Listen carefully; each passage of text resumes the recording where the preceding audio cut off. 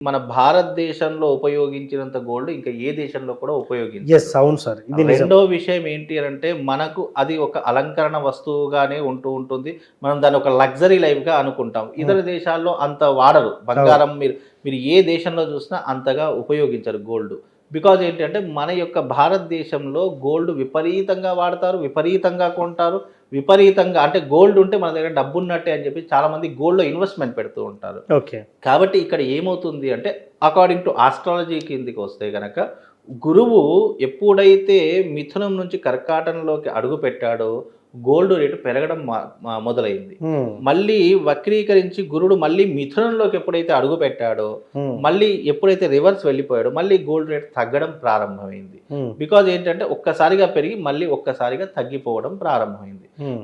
Gold అనేటటువంటి ఎంత తగ్గింది అంటే, మనము 2025 నాటికి డిసెంబర్ నాటికి చూసుకున్న దాదాపుగా 1,20,000 నుంచి 1,30,000 ఉన్నది. హ్మ్. ఇప్పుడు దాదాపుగా జనవరి నెల తీసుకొని ఫిబ్రవరి నెల వచ్చింది. అవును. అంటే డిసెంబర్ నెలకి ఈ నెలకి దాదాపుగా మళ్ళీ ఇంకా 30,000 పెరిగిందే తప్ప ఎక్కడ కూడా తగ్గలేదు. యెస్. అవును. వాళ్ళు ఒక్కసారిగా పెంచి ఒక్కసారిగా తగ్గించేశారు. ఒకటే అది ఒక రోజులో జరిగినటువంటి వాతావరణం తప్ప, ఇక్కడ గోల్డ్ రేట్ ఎప్పుడైనా చూసుకోండి మీరు. గోల్డ్ రేట్ అనేటటువంటిది పెరిగితేనేమో 5,000-6,000 పెరుగుతుంది. తగ్గితేనేమో ఒక 1,000-2,000 రూపాయలు మాత్రమే తగ్గుతుంది. అవును. ఇక్కడ ఏం చేస్తున్నారు అంటే, ఇదంతా ఎలా మాఫియా అంటే, ప్రజల్ని ఫస్ట్ తక్కువ ధరకు కొనిపించేద్దాము, అవును. తర్వాత ఎక్కువ ధర పెంచుదాము, హ్మ్. మళ్ళీ ఇంకా కొంటారేమో, ఇంకా పెరుగుతుందేమో అని అనుకుంటారు. ఆ! ఒక్కసారిగా తగ్గించేస్తారు. కొన్న వాళ్ళంతా ఇప్పుడు లబోదిబోమని ఏడుస్తున్నారు. యెస్. అవును. ఎందుకు అని అంటే గనక, ఇంకా పెరుగుతుందేమో అంటే 2 లక్షలు అవుతుంది, 3 లక్షలు అవుతుంది అని చెప్పేసి మేము వీడియోలో విన్నామండి హ్మ్. అని అనుకుంటారు. కానీ ఇంకో విషయం ఏంటంటే, మీడియాలలో కూడా